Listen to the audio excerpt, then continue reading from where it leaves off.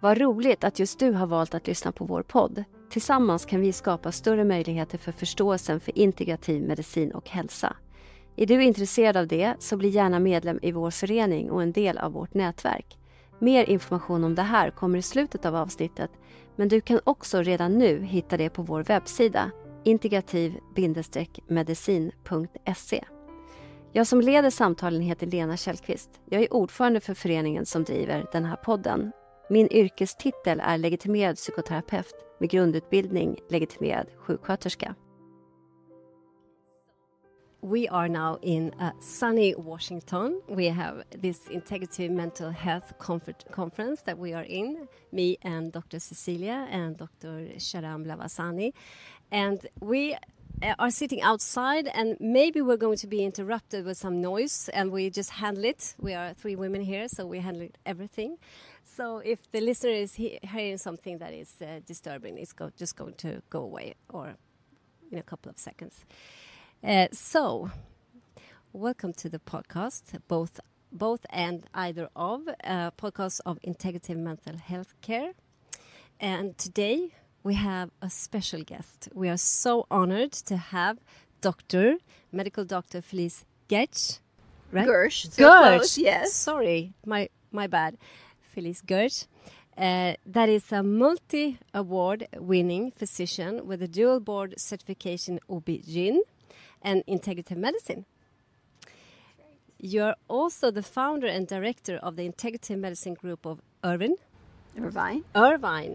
a practice that provides comprehensive healthcare for women by combining the best evidence-based therapies from conventional, naturopathic, and holistic medicine.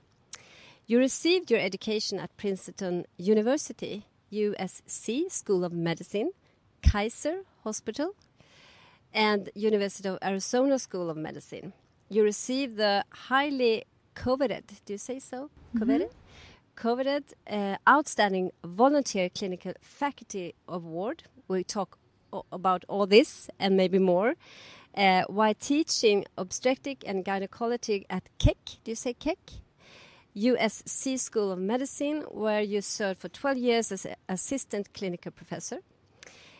You now serve as an affiliated faculty member at the fellowship in integrative medicine through the University of Arizona School of Medicine, where you are a mentor and regularly grades the case presentation written by the fellowship student for the final exams. And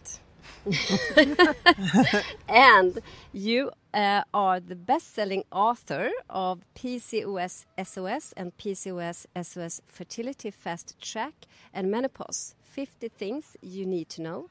And you have also numerous scientific articles published in peer-reviewed medical journals.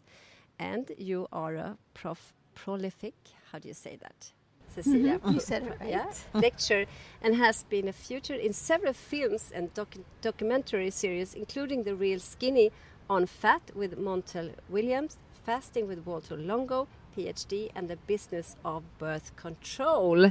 My God, we have a star here next to us. You're so welcome. Well, I'm thrilled to be here. This is really an honor to meet you and then to participate in your mission, which you explained to me before we started, which I am just so in awe of what you're doing. So if I can help, that's why I'm here. Oh, thank you so much. And we have also Dr. Cecilia here, Cecilia Tibell, that is going to lead this conversation today. We're going to have this conversation. And we're also sitting outside. So if it's a little bit windy or, here's something about that, why. Well, I think also for us sitting outside in the middle of October is sort of nice. Back in Stockholm, it's now getting a bit rainy, grey and chilly and dark. So this is really nice. But I'm really happy to have you in this podcast, Felice. I think I heard you first time 2019 in this exact conference, and I think, correct me if I'm wrong, part of your mission has been to make people understand how important our female hormones actually are for our health.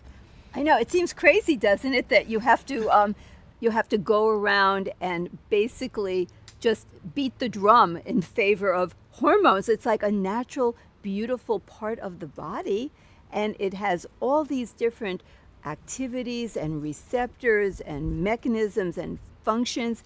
And why would it even be debatable? You know, this is like a fact that these hormones that women make from their ovaries are essential for optimal health. So I'm just really, what to me seems like stating the obvious over and over, but if that's what it takes, then that's what I'll keep doing until it becomes widely recognized worldwide that these hormones are not just sex hormones. They are hormones of life itself.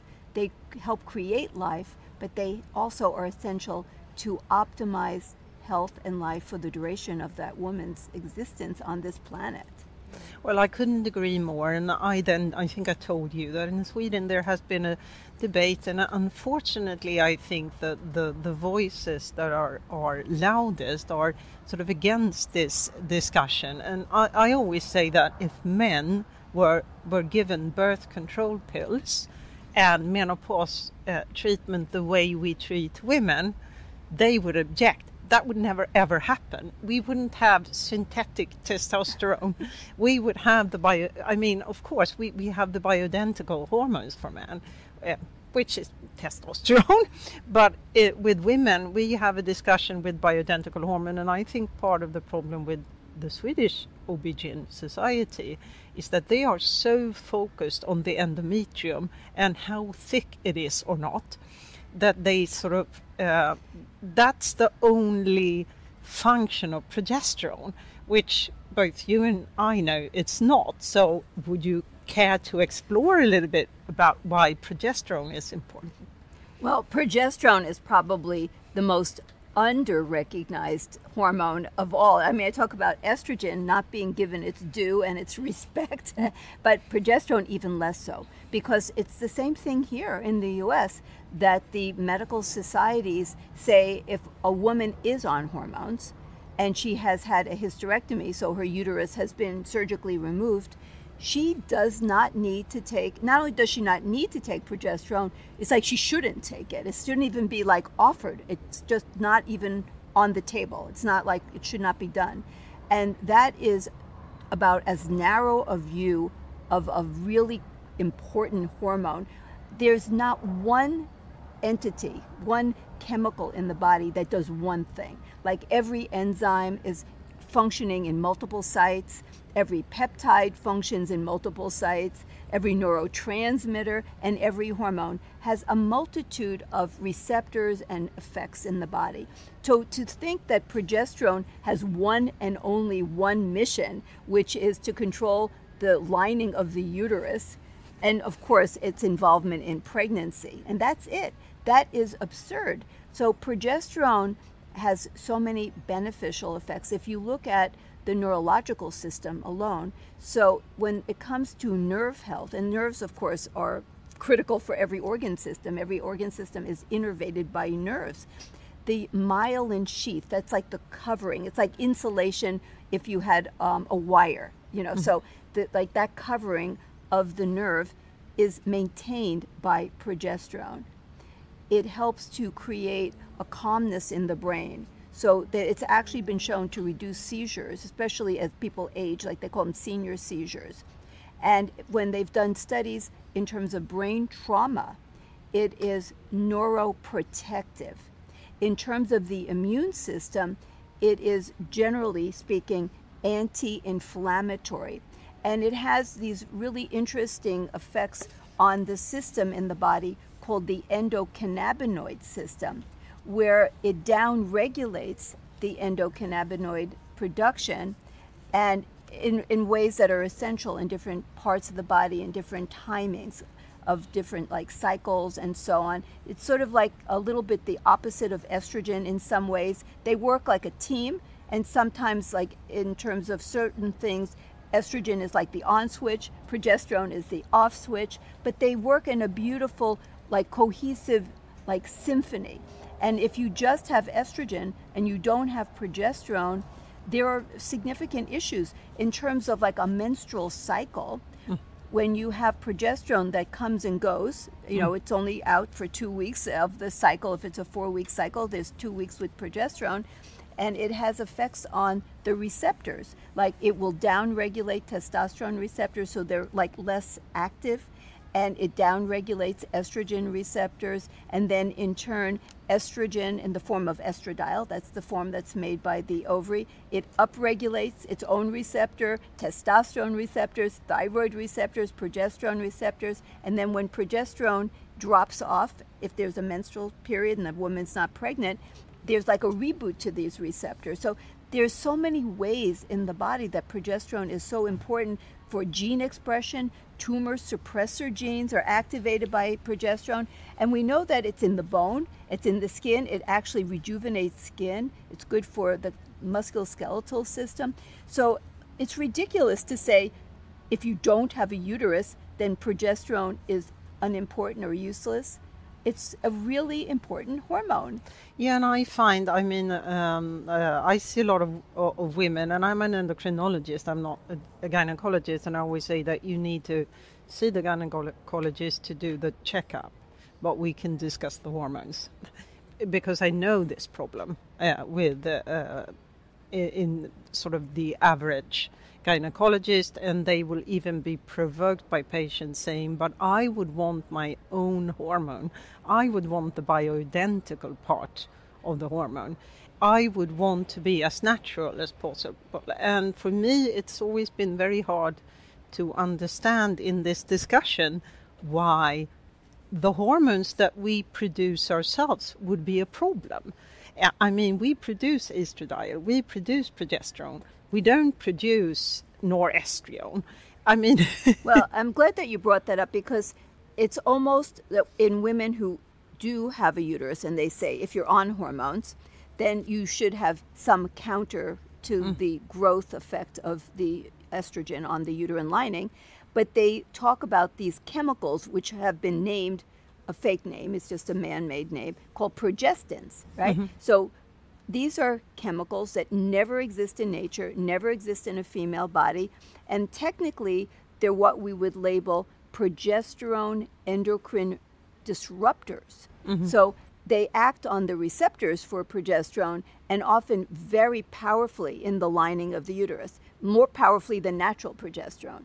But when you go to other organ systems, it can bind to the receptor, and whereas in the uterine lining, it's an agonist. It turns on the switch, just as if real progesterone were there, but more powerfully, so it's not really the same natural effect. But when you go to other structures, like, say, the brain, the arteries, the breasts, and so on, it can have an antagonistic effect. That's sort of what endocrine disruptors do. They don't function the way the natural hormone does. So they can actually act as a blocker to real progesterone in those organs. And of course, if you use them in terms of like a contraceptive, you're shutting down ovulation, and you're shutting down all the natural production of hormones from the ovary. Like you said, these are not human hormones. They're endocrine disruptors. Technically, it's not, it sounds crazy, but it's not totally different than if you lick plastic. That are also, endocrine disruptors. It's just either like controlled endocrine disruptors. But it's important that women who understand this can be respected. And if they say, I want bioidentical progesterone, or say, why are you giving me this alternative chemical? Why are you not giving me the type that is naturally made by my body? They should be respected. Yeah, I also think we have a system for the breakdown of these hormones, and then of course I would say that some women I find have problems with tolerating progesterone when in menopause. I find very often a correlation with when I ask them how was your pregnancy, they say I had a lot of problem with nausea, I was vomiting a lot, it took almost 20 weeks to get to a point where I felt well. And those I find are the women who normally also complain a bit more and feel maybe not so good on progesterone. So what's your advice to these women? Because a lot of them would want the natural, but they sort of... I look at what their symptoms are. The most common complaint that I get is that the oral progesterone, which has metabolites, so it's metabolized into other products through the digestion and going through the liver because it's taken orally, some of these metabolic byproducts can sort of increase the production in the brain of the neurotransmitter GABA. It's sort of a down regulator of the excitatory system of the brain. It kind of like is suppressive. So you feel more sedated, sleepy, but for some it's too much and they feel like I'm drugged. I'm like sleepy all the time, or I feel wobbly, or I feel like I'm lightheaded.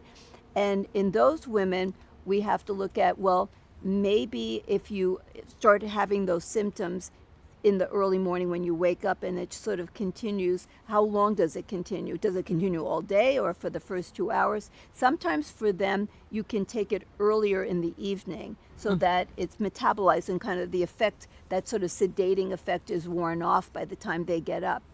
In some cases, that may not be acceptable, that no matter what we do, it's just not going to work for them. Yeah, normally recommend try to take it vaginally then. Exactly, I was going to say, you got to take it not orally then. Exactly, we're thinking the same. You got to get it in through some sort of skin entrance. It possibly could be vaginal, it possibly could be dermal through a different area of the skin, but and then you're going to have to sort of watch how it's absorbed and so on. But you just can't give it orally, because generally speaking, if you give it in another modality, not orally, you don't get those effects. And depending on other effects, it might be the commercial product is in the oil of a peanut, so it's peanut oil. So some people may not react well to peanut oil, and if it's made by a compounding pharmacy, which we have available in the U.S. We don't. Oh, well. We have Besine, that's what we got, the German company who's been doing this for 25 years. They're very good at it because they only work with bioidentical hormones, and they've done it from the start. So it's, as a pharmaceutical company, they are going natural. They have an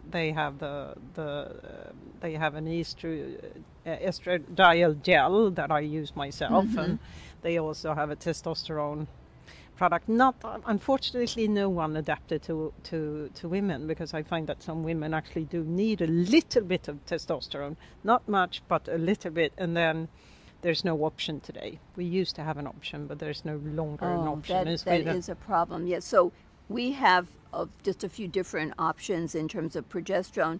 We can have it derived from peanuts, or instead derived from yams. And for some people, those make a difference.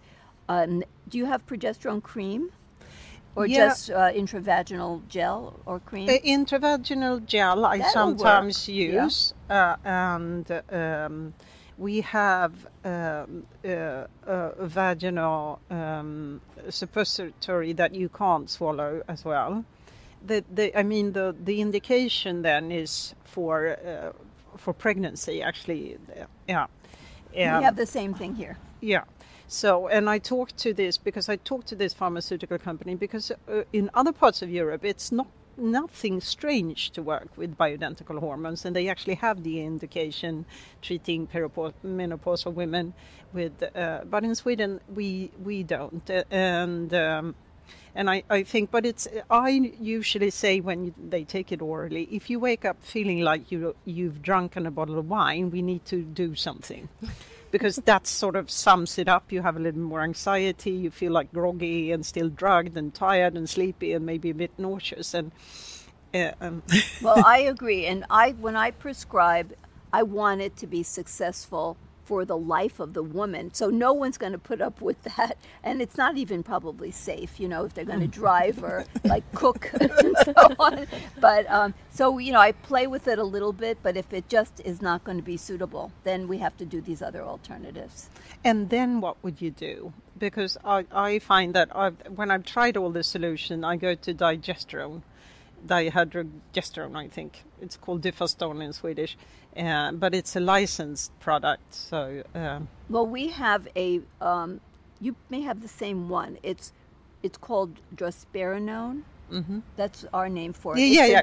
That's the same. It's the same stuff. Oh my goodness! All right, we're doing the same thing. Okay. Yeah, because that's the closest to progesterone. Exactly. Oh, see, we're clones. Okay, so exactly, it's a derivative of spironolactone, and it is absolutely the closest to progesterone. It doesn't have any androgenic effects because it's not derived from 19 nor testosterone. It's derived. It's a unique one that's derived from spironolactone and has a very pure kind of progesterone receptor function. So it's not the same, but when you run out of other options, it's a reasonable substitute because we have to do something. Yeah. So, but also you mentioned bone health. I'm going to go into these hormones because I really think people need to understand, and I want to advocate for the population to be informed. Can I just ask one question? Is it so that every woman have these effects on progesterone? Thank you. Is it that every woman has these issues with it? Can have, or is it so that the Fortunately, no. In fact, the majority, I would say 95% of my patients love their progesterone. Yeah. They love it so much they hate it if I take it away. They say, I get the best night's sleep, I feel rested, exactly. They feel fantastic. But like so many things, there is this 5%. For my practice, it's about 5%. Yeah. But, those 5% are substantial in terms of their problems, their difficulties. But fortunately, it's not the majority at all. No. But is there women that doesn't feel anything? I would say, there's some women that say, I just feel okay. I mean, they don't feel like they have better sleep. They don't feel groggy. They just feel normal. But I would say the majority of my patients like it. I would say, yeah, because many women have some sleep difficulties, so they like it. So now Dr. Sharam Lavasani came into the conversation. So now on the diary, how do you think anything about the diary for the menopause?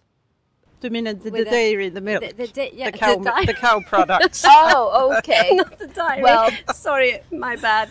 Dairy. How do you say it? Oh my God. So I am not in general a fan of dairy, but particularly in the U.S. because the way that cows are cared for is, first of all, inhumane. Second of all, they keep them pregnant almost all the time. Right. So the milk is actually from cows who just had a birth and now they're already pregnant again. They just keep inseminating them. And there's all kinds of growth factors and often antibiotics. And it's just, because it has to be pasteurized because it would not be safe in this country to have it not pasteurized. It'd probably be all full of salmonella and E. coli and all these bacteria. The whole probiotic issue is gone. There's nothing like that. And so you'd have to ferment it and turn it into, kefir or yogurt, but you're still dealing with the same base product. So if I have any one of my patients have a dairy product, I say, have a small amount of cheese, European, from the best sources, and just a little bit, not too much. No. And if you really, really want to have some yogurt or kefir, then make sure it's full fat, organic, the best you can possibly get. But in general, I discourage a lot of dairy. In fact, there's been some data that, especially in childhood, like heavy milk drinking actually increases the lifetime risk of cancers. Maybe, but they do tend to grow taller.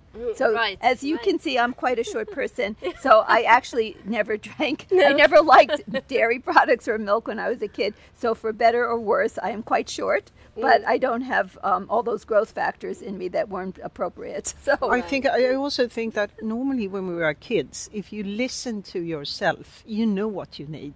So if you said that you didn't want dairy products and milk, that was probably correct. Right. I mean, that was would be. But going back to the hormones, this was an introduction to the bone health. Yes, because with progesterone and bone health, I also find that a lot of times, I don't know about your experience, but you get women that come to you and they are on SSRIs, and they are on sleeping pills, they are on painkillers, they are maybe on hypertension drug, and even worst case, because they have hypertension, then suddenly there's an indication to start them on a statin, which is sort of just an example. I had this woman coming to me, she was around her 50s, very obviously perimenopausal. She had all the symptoms, and I think the problem is that it's irritability and hot flashes, and then nothing else. But she didn't have much of that, but she had joint pain, she had muscle pain, she was tired, she didn't sleep, her blood pressure was up, she was not well medicated with her thyroid, and losing hair. And all I did was to put her on bioidentical hormones and change her thyroid medication to desiccated thyroid. And then I saw her a few times, but about a year later, she was 20 kilos less. We took away the gluten, we worked with the diet and the integrative approach. And the only medications she had left was her menopausal treatment and her thyroid medication. And I think that this is why we need to talk about this, because it's like we don't recognize all the menopausal symptoms. Right. That is absolutely true. Once you acknowledge, and this is not like widely acknowledged and understood, that there are receptors for these hormones in every organ system. So when you have an insufficiency, which is what happens during the transition or the perimenopausal years, and then ultimately a true deficiency when the ovaries cease to make any of the estrogen or progesterone, you can have manifestations of these deficiency states in any or all organs. So it just happens that different women will express different symptoms, but they're equally from the same origin, which is an insufficient amount of these really important hormones. So in some women, it's the heart that seems to be the dominant one. So they'll get really terrible palpitations. In others, it's the brain. So they have brain fog, is what we say. You know, like they can't remember, especially nouns. They can't remember the names of things. They can remember adjectives and verbs. So it's like playing charades. Like they can describe everything, but they can't remember what it's called. Like, where was I? What was the name of that place? Or what, you know, who is that person? But she wore a red dress. And they can describe it, they can't name. And they may also have mood disorders. So once, and we're here at a mental health conference, when women are transitioning, women who have never had a history of any mental health problem at all, right away, their risk of anxiety and depression doubles. And if they have a prior history like premenstrual syndrome, postpartum depression, or just generalized anxiety, you know, all these different issues, their risk goes up fourfold as soon as they're going into this transition. And so that's why there's this avalanche of prescriptions in the women in their 40s. In the US, there are new onset prescriptions for antidepressants in 25% of women. And it would be more if more went to get treatment, because not everybody looks for treatment. But even with just the percentage that seeks treatment, 25% of women in their 40s in the US are on typically an SSRI or SNRI. Right. And this is problematic. Yeah, it's problematic. And we have it the same in Sweden. And we are might be the worst of that, because in my reception, I have a lot of women that comes around the 50s, and they are SSRI, and they come in and they doesn't have any effect of the antidepressant medicine, and they come to me, and they kind of we try to start to do psychotherapy, but I always, because I'm a nurse in the bottom, and I always have a lot of, and you know, I talk to my patients, and you can see that the lack of hair, the mood issues, they can't sleep at night, and so I reckon this, and then I send them to Cecilia, and they get treated. Great. So they might have been on antidepressive for 1 or 2 years, and they come to Cecilia through me, and they are cured for That's 4 weeks. That's fantastic. Yeah, and It's I mean, catastrophic that it's so many, that is so severe. Right, and they're not all coming your way. No, so the right, ones that come to right. you, they get the good treatment. Right. But the others, no. And you also normally look at nutritional factors. You are, I mean, if they don't see me, you normally say, you know, we have these laboratories that offer a widescreen. Do this testing, and then we look at it to see if there's something you should work on. Yeah. But I mean, we had a typical case with a woman who had been struggling for years, and she actually had a history of a lot of menstrual problems where no one ever really approached that. No. And you saw her, and she was on SSRI and sleeping pills, and but you just felt, you know, this isn't psychiatric. Something else is. Or if it is, I want Cecilia to check her up first, because I can't do psychotherapy for years. No, and she might have some. She has to go to a gynecologist or to Cecilia to get estrogen. So we started her on estradiol and progesterone, and 2 weeks later she called Lena and said, "I don't know how much I need to see you." Yeah, well, that's the beauty of it. But then she had a trauma with this, because realizing that so many years no one had even thought of this. She had been on antidepressive medicine. Yeah, she had so many regrets. For all her life. It's unbelievable. And, you know, it's in functional medicine, which is sort of like underlying a lot of the treatments. When you talk about like root cause medicine, then what you want to find out is, why are these symptoms happening? Right. You know, is it nutritional? Is it hormonal? And then you address those instead of just jumping right into like a pharmaceutical, like, you know, is most commonplace. And you also touched on a whole bunch of other symptoms, like, because it can be any organ system, it can be joint pain. You know, and I find it's kind of common. And they common. think they have a rheumatoid disease, and could this be a rheumatism, or do I have? And I'm like, okay, let's just start this treatment first, and then we see what happens with the joint pain. And very often, I mean, estradiol is anti-inflammatory, and yeah. And another thing, before menopause, women have far less what's called GERD, gastroesophageal reflux, where you have like the heartburn. But after menopause, women have many more cases than men. And so many women don't know why they're having all these digestive problems, and they often will have exacerbated constipation. So a lot of gut problems will happen. And then you alluded to sleep. You know, like, sleep becomes a horrible problem for so many women. And like you mentioned, they're on sleeping pills. And that's what our mission is, to realize that all of these different symptoms can have one cause. So women think, what the heck is happening to me? Like, I'm having all these symptoms, like we named, you know, problems with sleep and mood and digestion and joints, and then often, like you mentioned, hair loss, because when you have less estrogen, the sex hormone binding globulin goes down, so you have more what's called unbound testosterone. You're not making more necessarily, although that can happen too because of higher luteinizing hormones coming out in the beginning, but you have less bound testosterone, and even a tiny bit that's less bound is free to act on the tissues and can give you the androgenic alopecia. It's like the female version of male pattern baldness. And 50% of women, as they transition into menopause, see their hair thinning.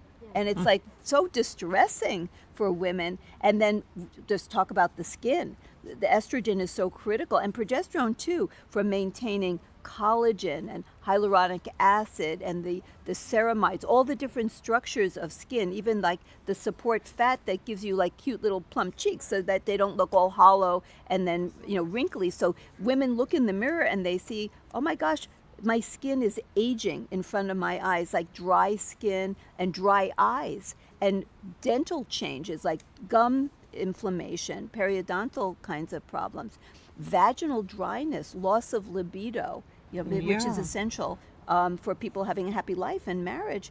And then they say, I don't care, like, what my husband is so unhappy, you know. And most people don't realize that sex drive and sexual response also, not just testosterone, depends on estrogen as well. Right. So it's like a host of things. And poor woman thinks like, everything is going wrong with me. I mean, clearly, I have psychiatric problems, which they may have, but it's from all of these other problems. So it's so important to realize that it's not one woman being unlucky 20 times with 20 different symptoms. It's loss of these hormones that's creating 20 different symptoms. Yeah, and I think with age, I mean, we lose our hormonal resilience, because when we're 20, 25, we are on our peak, sort of up to Absolutely. 30, and we have this resilience, we have this immune resilience, we have this, stress resilience, we have these hormones. They're anabolic and they keep us strong. So when we lose them, we lose our bone, we lose our muscles, we lose our thinking, we lose our nutrition, we lose our metabolism. There's so many effects if you look at it, and it's just so sad. And I think then going back to the problem and then starting with these synthetic drugs, fortunately nowadays most birth control pills, as well as menopausal hormone treatment, is estradiol, because it used to be that we could get this horse estrogen, which is not ours. It's actually very different. It has different compounds that have estrogenic effect, but they would never be found in a human. That's absolutely right. And like you mentioned, the immune system, that is a very critical part of the body. And the immune cells all have receptors for estrogen and progesterone. So they alter their function when you don't have the right hormones. And the body naturally goes into a more pro-inflammatory state, which of course underlies cardiovascular disease, increases insulin resistance and diabetes, and all these metabolic ills that are considered problems of aging. But I see them as problems of deficiencies that are essentially coming from the initial deficiency, which are these vital hormone deficiencies. And then it changes how the gut works, because you're changing your gut microbiome, you're changing the motility of the gut because the autonomic nervous system is altered. So you have poorer digestion, and then you end up with nutritional deficiencies. So it just kind of snowballs. Yeah, and also we get an imbalance with more estrone, and estrone has right. more of a pro-inflammatory, and it's Absolutely. produced by the adrenals, because of course our body is trying to correct what's wrong.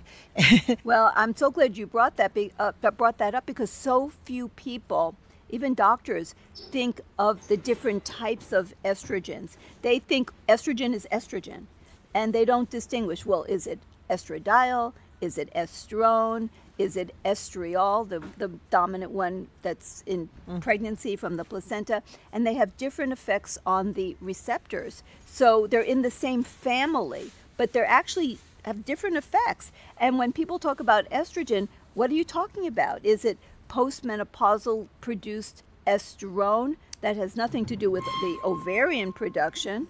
So I would like to just, if it's okay with you now, then when Dr. Sharam Lavasani came here, he is a doctor in immunology, as we say in Swedish. Immunology. Fantastic. And we just gave a great intro, right? Yes, Immune system. So, right. And the gut-brain axis.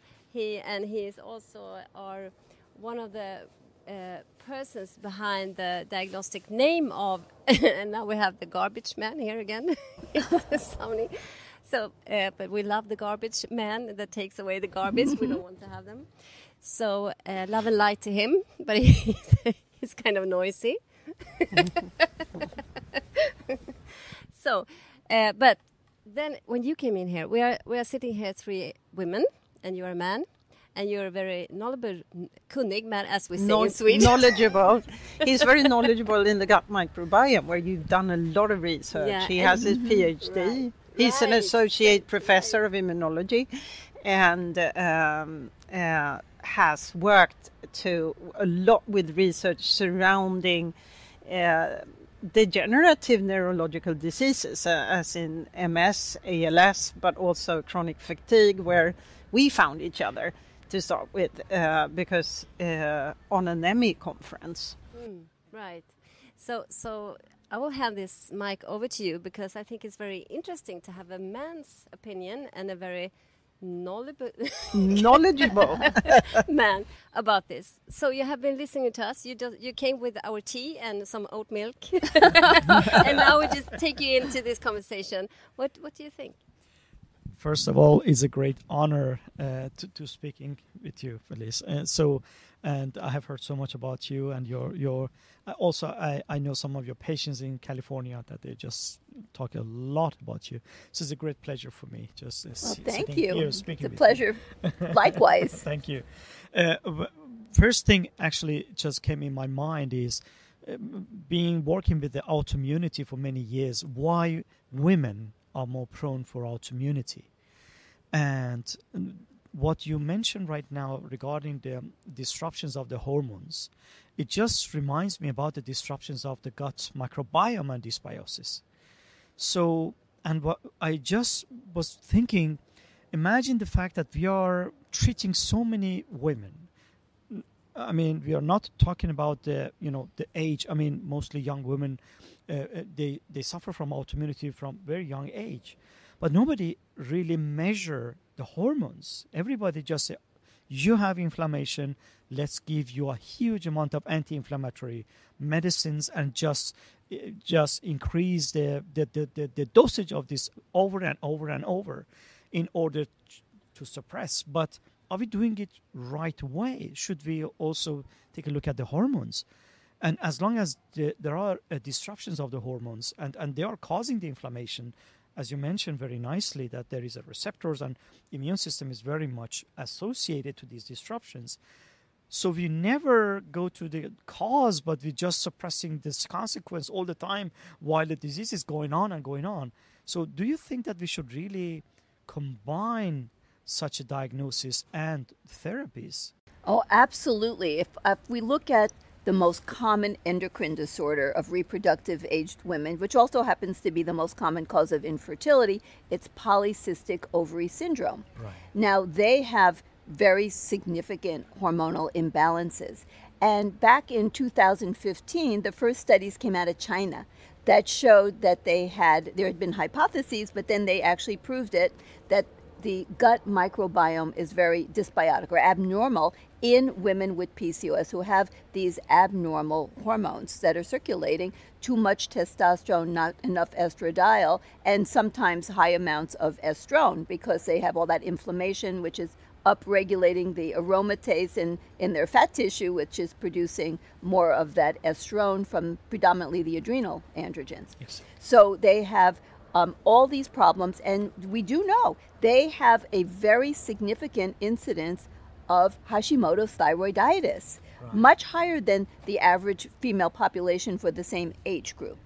And so that alone is like saying, yes, hormones matter for gut health, and then gut health matters for autoimmunity, and so does the status of the immune system itself, because the immune system is, for example, very circadian. It's like very much in the rhythms, and we know that when you have problems with your hormones, which happens in women with sort of, you might say, the signature disease of hormonal imbalance of reproductive age women, the polycystic ovary syndrome patient, and then of course the women that go into menopause, that they all have what I call a life of jet lag. We know that they have circadian rhythm dysfunction.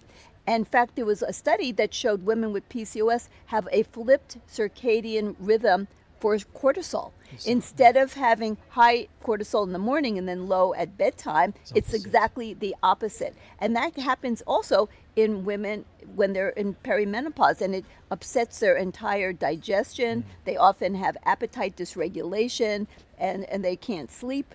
You know, though they say I'm a night owl. Well, you're not an owl. You're not nocturnal. You know, so there's these huge things because there are estrogen receptors in the brain and the suprachiasmatic nucleus that is the master clock. Yeah. So the whole master clock, we use the word drift. It doesn't. So every day it's supposed to reset. It does not reset. So all your organs are working in different time zones. So that's metabolic chaos that ensues.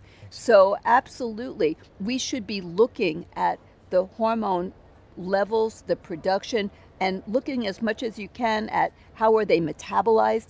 In fact, metabolites of estrogen are very important, and that's another thing that can be looked at. Some can be harmful, some can be really beneficial. In fact, in muscle tissue, and particularly the heart, there actually are receptors that actually bind to metabolites, like 2-methoxyestradiol, a metabolite of estradiol. That's how important real hormones are in the right amounts. Exactly. And then everything goes into that sort of chaotic phase, with perimenopause, where the immune cells become more activated. Like because they don't have the estrogen that they need in the body, the estradiol, they have, like I call it, a lower trigger to producing their pro-inflammatory cytokines. So it takes less of an incentive or something that triggers them, like endotoxins coming through a leaky gut. Exactly. That is kind of like commonplace. So you end up with, it's like one thing upon another that increases inflammation, dysregulation of the immune system. You have particles and bacteria, microbes and such, viruses coming through the leaky gut into the body proper, where the immune system becomes activated. That can lead to mistaken identity, like molecular mimicry, that can lead to autoimmunity. So it's complex, but it's absolutely ignored, like the underlying issues, so that we can actually be proactive. Yes, and I think, I mean, if you look at autoimmunity per se, if you take away PCOS, it's also, when does this occur in life? So the young ones, they do that. It's in puberty, where you have just by starting up menstrual cycles, sort of a period of very dysregulated hormones until you find your balance. And the second time that happens is just after pregnancy, because during pregnancy, actually, autoimmunity and autoinflammatory diseases actually go down, because with those high levels of estradiol and progesterone we have at that time, we are supposed to be able to harbor a fetus without having a host graft versus graft reaction. Absolutely. But then after pregnancy, everything goes down. And that's when you get your postpartum thyroiditis, your Hashimoto. And then the next phase is when we start getting into this perimenopausal time. That's when we get the depression suddenly. That's when we get the autoimmunity, and because of lack of hormonal resilience. And I think we, like you said, we totally underestimate the importance of this and investigating this. And they have done, I know with microbiome, they have done rat studies looking at female rats with autoimmunity. And they did fecal transplants from male mouses. And when they were given their microbiome, they healed. Wow. Which is rather interesting, I think. So very. Yeah, but that's interesting. If you put a male microbiome in a female, she'll start making more testosterone. It's like a fascinating thing. And testosterone is actually more of an, this, of course, more than I even, it's more of an immunosuppressant. Exactly. So that's, which is good and bad for males. So they have less autoimmunity, but they're not as good as surviving sepsis. And not even and cancer. And cancer. Well, so everything has its dark side and the silver lining. Dark side of the moon. But we hardly have we talked now about progesterone. What we haven't talked about estradiol, which I mean, I've listened to Felice a number of times, and I'm always amazed how many sort of things you can find to talk about when it comes to estradiol. And last time I heard you lecture, tomorrow you're actually going to talk about the gut microbiome, I think, a bit, right? I am. It's a lot of what you sort of touched on, the gut microbiome, the autonomic nervous system, estradiol, and mood, and how that all connects. Really looking forward to hear. Coming back to the microbiome, there are a lot of discussions about, once we discover the dysbiosis, where does it come from? Is it a cause or a consequence of the diseases? So hearing your talk right now and this conversation, so could that be that the disruption of the hormones in many cases could be the cause of the dysbiosis, which in turn can have an impact on the immune system? Do you think that could also be the case, rather than microbiome disruption could have an impact on the hormonal changes, and in turn you will have the disease? So what I want to my point is that we talk about many years of research in autoimmunity in particular come to one conclusion. For most of the cases, it's not the genes, it's the environment. So how does that environment really have an impact? So could that be the fact that environmental factor might have an impact on hormonal balances, which in turn a disruption in hormones could disrupt the dysbiosis or gut microbiome, which synergize with any kind of pathology? Well, absolutely. In fact, I'm going to touch on that in my talk tomorrow.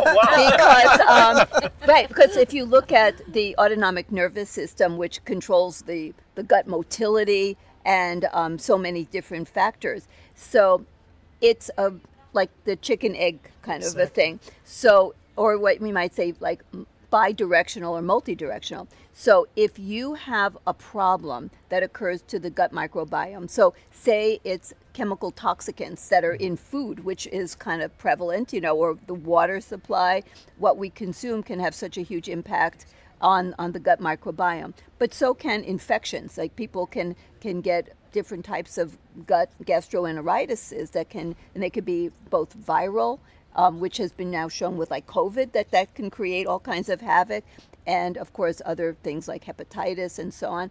And so you can have a viral gastroenteritis of some sort, and then the gut microbiome is disrupted.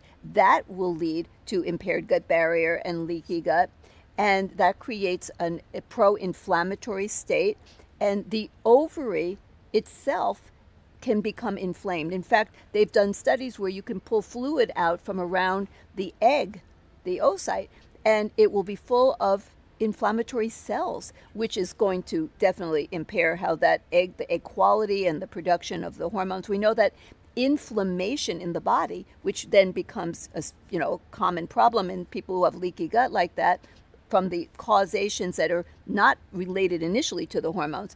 But when you have high levels of inflammation in the body, progesterone production is diminished. So you'll have less production of the progesterone, you'll have poor ovulations, you'll have poor quality eggs because of the inflammation.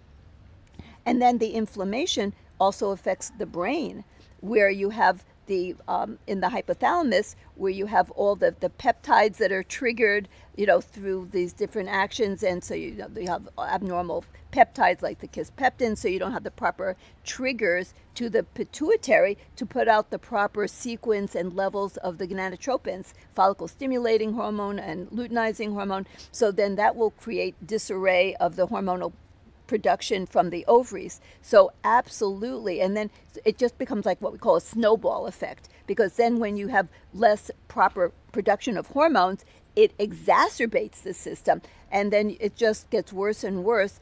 And then in some cases, you may not know which came first. I mean, because you may not know until 5 years later, and the person forgot all about that they had that bad gastroenteritis. They don't remember. Exactly. Like we know that women who have a pretty significant gastroenteritis, something like 10%, it's like shocking, will develop chronic irritable bowel syndrome, which is, of course, now we know it's like SIBO or overgrowth of bacteria or fungus, and often accompanied by leaky gut and all these problems, and they don't recover, and then that's going to lead into all these other problems as well. Right, and I think just this COVID pandemic really showed that, because so many hormonal imbalances that people suffer from after having COVID, or actually also the vaccination. I'm going to be a bit controversial here, but so that's really the case. And I think we have so many questions. So I'm going to ask you, Felice, if you would consider actually doing another episode with us further on, because it's so fascinating to listen to you. And I think there's so many more things to say about this. I know we have a German gynecologist in Sweden who's been really struggling to get the Gynecology Society to understand the importance of bioidentical hormones. And it would be thrilling to actually invite her and you in an episode to discuss this, because I think you have. And her name is? Her name is Hilde Löfqvist, Right. and I've worked with her, and I think she's brilliant as well. But your knowledge, I mean, we're just gobsmacked. Yeah, really. yeah. Okay, we are fighting Well, the here about answer the is question. yes. The answer is yes. Okay, I would be happy to thank do you, that. Thank you. I just have to ask you, as a psychotherapist, with trauma and the hormones in women. We talked about this with the gut brain and so on. What do we see after trauma? Because I've heard that after a woman has been traumatized, the hormone mirror. Do you say that in English? Hormonspegeln. Well, the hormone balances. Yeah, the It can balance. be. Well, women more than men, not that men can't have post-traumatic stress disorder, but women are more prone to having all emotional problems, except schizophrenia, Right. more than men do. And when you have something like an emotional trauma, it really affects the brain, especially in terms of, I know that's going to be talked about too, like the amygdala and the different areas of the hypothalamus that control all of these reproductive functions. And so emotions have a huge impact on fertility, on hormonal production and balance. So absolutely, women who have suffered emotional traumas, if they have PTSD, they are much more likely to have hormonal production problems because of that. So Because the then- body is one. Yeah. And, it's one of those amazing things that how emotions can absolutely impact on the hormonal production. Right. And of course, when you have a lot of emotions, like the gut-brain axis is bidirectional. So you could have something that starts in the brain Right. and it will affect the whole autonomic function of the body, which includes the gut motility and all the different functions that relate to digestive enzyme production, the gallbladder contracting. All these things are interconnected through the autonomic nervous system, which is heavily regulated through the brain because the neurological signals go back and forth, what we call Right. efferent and afferent. So emotional trauma can have a multitude of effects throughout the body, including the hormonal balance. Right, and we know this through the polyvagal theory. As many speak, you might speak of it tomorrow as well. Might A little bit. a little bit, right? I only have an hour. Yeah. Yes, and we should have. I think I'm going to ask another Thank you. For that. question about the hormonal treatment. So what's your opinion? I mean, in Sweden, we, except for the fact that we have yet to understand the importance of doing bioidentical hormonal treatment that I very much believe in, but also there's a discussion when to start treatment and when to end it. And in Sweden, we say that 5 years after menopause, you don't start it because then there's an increased risk of cardiovascular disease and that stable plaque will be unstable and so on. But also that the recommendation is that it's like 10 years treatment and then you stop. But what's your opinion in this? And Well, I disagree with those, policies.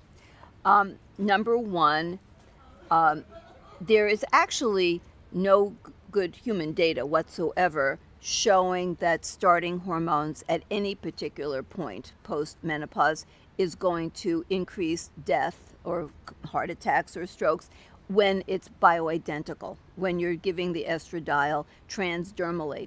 And it's like what we use the expression apples and oranges. You're comparing two different things. So the Women's Health Initiative and a prior study called the HERS study used conjugated equine estrogens, the brand name Premarin, along with the medroxyprogesterone acetate, brand name Provera. They put Provera in it Sweden together too, and yeah. they called it PremPro, okay?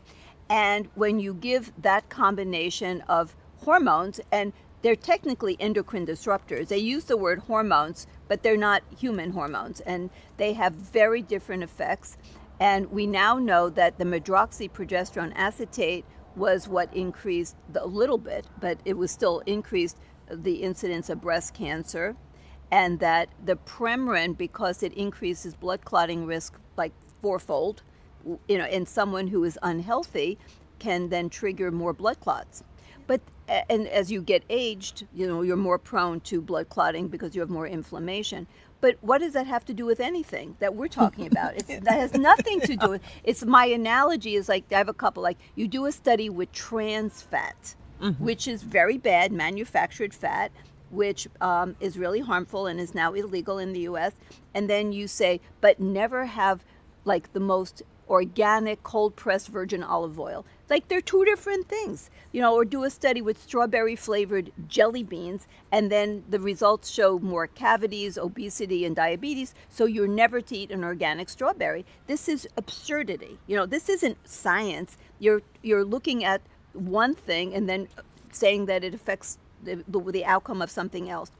And that is not logical. So as far as I am concerned, all of this data is based on the Women's Health Initiative, and that has nothing to do with what I would be prescribing, bioidentical hormones with the estrogen given through the skin in some fashion. So that's been shown that it does not increase blood clotting. It does not. In fact, estradiol is anti-blood clotting. It's like so absurd. It's oral estrogen, like when you take Premarin, or when you have the ethinyl estradiol that was in the typical birth control. It's irrelevant. And this is like what the newest data shows when you actually do the research into like what's out there, is that it's the hypothetical, and it is hypothetical risk of starting hormones has not, like in terms of like couldn't you get a stroke or a heart attack more likely. It's not about the age of the woman. There's nothing about age per se. What does age mean? It's about the pro-inflammatory state of the woman. Now, this can happen at any age. You could have a woman who's 50, she's just in menopause, and she feels horrible. She's having horrible hot flashes, and they want to give her hormones. She's in more of a metabolic ill health than, say, a woman who's been eating the right foods and she's exercising, and she's 62. And she went into menopause 10 years earlier. Who has the higher risk here? Now, what is the risk anyway? Like, what risk are we talking about? Well, if you look at what estradiol does, it increases the production of a very vital, and it facilitates an enzyme called endothelial nitric oxide synthase, which causes, is so important. It's so important, and that causes the production of this incredible anti-inflammatory gas called nitric oxide. Now, if you have an incredibly pro-inflammatory state, which has nothing specific to do with age, then there is a chance, hypothetically, not shown in any clinical human studies, that you can take this process, this pathway, and you go down the wrong pathway that we call uncoupling. So instead of making this wonderful gas, nitric oxide, you end up making things like superoxide, which is 2 oxygens, which is very toxic, and some nitrogen toxic related products. And that would make, the situation potentially more unstable or inflammatory. But that's number one, hypothetical. Number two, that is not an age thing. So what I'm looking at is inflammatory markers. What's the actual metabolic state of the woman? And then making sure that if she really does have the potential for uncoupling when you put the estradiol in, that you do everything to reduce inflammation. Now, these women already have high risk. I mean, before you don't put the estrogen into them. So you want to do all these things. And then what I would do for those women is I would, just like you do with hypothyroidism, I would start low and go slowly in terms of raising the dose while I'm working on their gut health, their inflammatory status, their sleep, and all the other ancillary things that are important for healthy living and healthy bodies. So, and once again, this is really more of a hypothetical, but this is the other part that's interesting. And this, by the way, was in rat studies, because we don't have the human studies. They found that the rats who had their pretend menopause, so to speak, they had their ovaries removed. That's how they always do it in rats, pretty much, usually. Sometimes they wait till they're old-ish. But what they found was that the rats who had any increased risk or they had poor response to the estradiol for their vascular system, they had an abnormal gut microbiome. Back to the gut microbiome. It was the gut microbiome. So you work on the gut microbiome. You give them all the prebiotic foods, the probiotic foods, you work on all the things to, give them supplements to support gut health. You give them maybe, L-glutamine, you give them coating agents, like slippery elm and so on. You give them, make sure they have the right magnesiums in their body, the right nutrients, the right other like zinc and selenium. You have all the right nutrients. Thyroid is right, all the things that are important. And you work on restoring the gut microbiome to a healthier state. And there's no reason that these are the things you should be doing anyway, right? And then you can give hormones. But once again, this isn't really so much an age thing as a health thing. So, and no one says that you can't give hormones if you're 50. Even if you have, look at who they give birth control pills to with no thought. And I think like the highest risk women are often given birth control pills, like PCOS women who have a naturally increased pro-inflammatory state. And they will also respond negatively. That's because true. most PCOS women are sort of almost misuse of the word, but allergic to birth control pill. They really have negative reactions to them.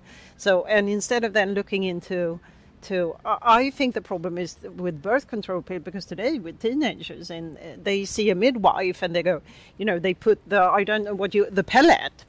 The progestin pellet, and we have them, of course. And they have. They get depressed, they gain weight, they feel shit. Well, they have also like incredible rates of abnormal bleeding. It's exactly. And then they like look for solutions for all the bleeding. Yeah, instead of sort of maybe use a condom. Sorry, right. But there are in condoms. The same camp because I tell people, condoms are not the condoms of your grandfather. They're now made of materials that are modern. They're really thin. Like people actually find them in some type, like enhancing, because they're actually they actually have ones that are marketed for. You'll like sex better if you use this condom, and also not get someone pregnant or it protects you against STI. venereal diseases. Yes, which are epidemic. Really, oh my gosh. So for me, I think with the youth, we should talk about, and then I think the other thing they do with young women is that they come to the doctor because of menstrual problems, and instead of trying to understand what's happening, why do you have this menorrhea? Why do you have heavy bleeding? Why is that? It's like, okay, we put you on birth control pill, and that way we sort of make the problem, and take it continuously, don't have any bleeds. And then 15, 20 years later, these young women suddenly, a little late, decide that they want to have kids, and then there's problems. Yeah, that's correct. We turn off the menstrual cycle for years and years and years, and then we expect it to just magically work. But anyway, going back to my question, so how long should you be on for the duration of the woman's life? You would never say, now stop eating vegetables, or now you don't need thyroid hormone anymore, or, no, it's for the life of the woman. If once you make the leap and you believe in all of your being that hormones are essential for optimal health, you would never take them away. The problem is that leap of understanding has not happened yet. That's my mission. You got it there in a nutshell. Right. So before we end this beautiful conversation, I'm totally starstruck sitting here. I just want to ask you, what do you think about the cancer risk of having hormone treatment? In Sweden, they are talking as a lot of that. Breast cancer, they actually say that bioidentical hormone is maybe even protective. That's right. Yeah, but it's the endometrial cancer that they because use. it's a lot of women that is really scared of having hormone treatment because of this saying. Yeah. And so, can we say something about that? Well, there is now actual data showing that's not just hypothetical based on science, but actual clinical data showing a reduced incidence when you use estrogen. And they actually didn't even just show any type of estrogen. It was like all kinds of estrogen, lowered breast cancer incidence. So it's medroxyprogesterone acetate that increases breast cancer risk, but not by a lot. But still, it's a small increase, like in but the it 20s. Is an increase. But with that, not with the estrogens. No. Now, if you look at just general, like, what is the mechanism? How could, like, estrogen, like estradiol, how could it increase breast cancer or any other cancer? It would not, because when you look at the way that cancer occurs, so cancer is now understood, it's a metabolic disorder. It has to do with inflammation, and you end up having these like senescent cells that are yucky old, and they have things in them called like misfolded proteins, and they should commit cell suicide. They should kill themselves. And that's what they talk about, senolytics, these compounds that tell the old, and sometimes they're called zombie cells, like kill yourselves, your bad cells. You're creating inflammation, and you're what turns into cancer. Well, estradiol, through its actions on the mitochondria, which we now understand control the cell cycle. It tells the cells when it's time to die. And the estradiol is really like the overseer of that whole function. So estradiol is essentially a senolytic. It tells yucky old cells when to die. It also is the master of creating what's called autophagy, where you have intracellular renewal, like spring cleaning of your cells. Like you take the old pieces, the organelles, and you put it in the what I call the recycle bin, the lysosome, and then you create the original particles, like the amino acids and so on, and then you reconfigure new structures. So it's like revamping inside the cell to make it like rejuvenated. That's all under the control of estradiol. In addition, when you have a lot of inflammation, you upregulate the enzyme to make estrone, which, as you had said, is like pro-inflammatory. It's like it's the alpha receptor, which is what's activated by estrone, is the dominant receptor on the innate immune cells, like the original attack cells, like the mast cells, macrophages, neutrophils. And so it kind of activates them like the on switch, but you don't have the off switch because you don't have the beta. That's like more the off switch. So you end up in a pro-inflammatory state, and inflammation causes DNA instability and breakage. So that can be more pro-cancer, but that has nothing to do with estradiol, and this is due to inflammation. Estradiol is anti-inflammatory along with progesterone, so it would be anti-cancer when you have proper ongoing beautiful hormones in the body. And then when you look at cancer like breast cancer, what causes it to metastasize is the lack of the cohesiveness of the cells of the cancer. So it turns out that estradiol helps to increase cohesiveness. So it's like they're glued together so they don't break off and then travel through the lymphatics or the blood, the blood vessels to distant sites. That's why when women are actually diagnosed with breast cancer and they're on hormones, they have a lower mortality rate because their breast cancer is less likely to have metastasized. So there's a host of ways that estradiol maintains proper immune status. So it's anti-cancer. And it's like so nutty. This whole thing, like your own natural hormones were put in your body. And who tends to get more cancer? Old people or young people? Old. Yes, and they're the ones that don't have the hormones. I know. And the ones who are young that are getting cancer, which is increasing, is horrible. It's because they have altered gut microbiomes from C-sections and antibiotics and all that's going, and the endocrine disruptors. It's not because they have hormones, it's because the whole fundamental systems of the body have been interfered with by all these like modern day things that are happening in our world, not because they have hormones, it's in spite of hormones. So I think we need to rethink everything about this cancer fear from hormones.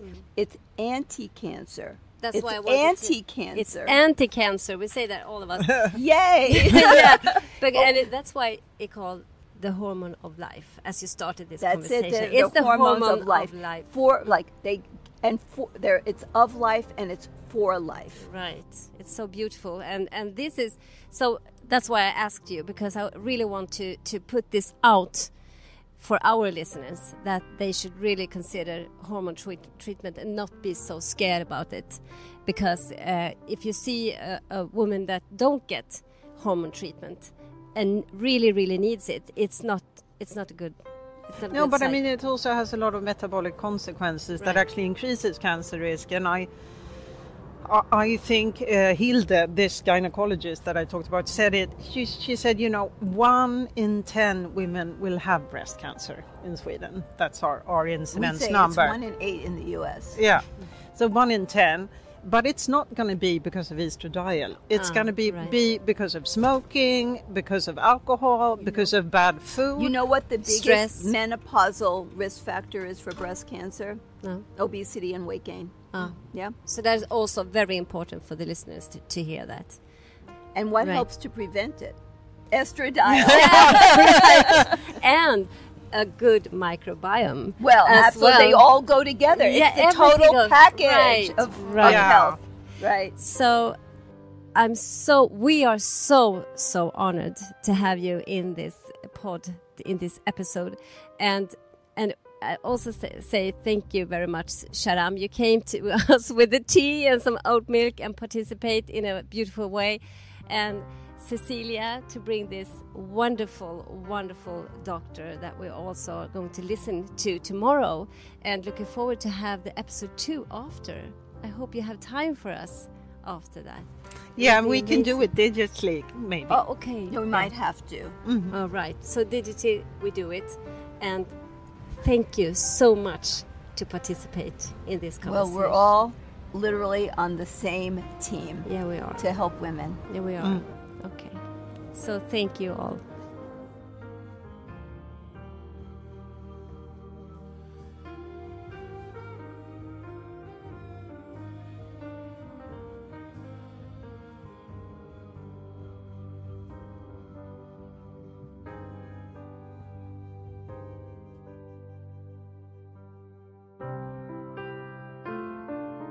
Både och istället för antingen eller, en podd om integrativ medicin och hälsa är skapad och drivs av Svensk förening för integrativ medicin och hälsa, FIM. FIM är ursprungligen en yrkesförening för legitimerad vårdpersonal. Vi representerar sjuksköterskor, dietister, fysioterapeuter, läkare, psykoterapeuter, psykologer, tandläkare för att nämna några. Idag omfattas våra medlemmar även av associerade medlemmar som inte behöver vara legitimerade. Föreningens arbete vilar mot en vetenskaplig grund för integrativ medicin och hälsa, såväl svensk som internationell, och på systemisk förståelse för människan i sin miljö. Föreningens arbetssätt har hittills varit att arrangera konferenser, seminarier och folkbilda genom att sprida information, exempelvis via sociala medier. Vår strävan inom integrativ medicin och hälsa är att vara en organisation som vågar lyfta och ifrågasätta, motverka polariseringar genom tvärvetenskapliga dialoger och sokratiska samtalsregler. Vi vill kartlägga forskning som bedrivs även internationellt och hålla koll på forskningsresultat om behandlingsmetoder, både vad det gäller den etablerade vården liksom den vård som bedrivs utanför den etablerade vården. Sokratiska samtalsregler innefattas i den sokratiska samtalsformen som egentligen all grundläggande kunskap är sprungen ur, men som ibland till och med lyser med sin frånvaro inom public service. Så bli gärna medlem hos oss, för tillsammans kan vi förändra. Och hur du blir medlem hittar du via vår hemsida integrativ-medicin.se. Vi ses och hörs i nästa avsnitt.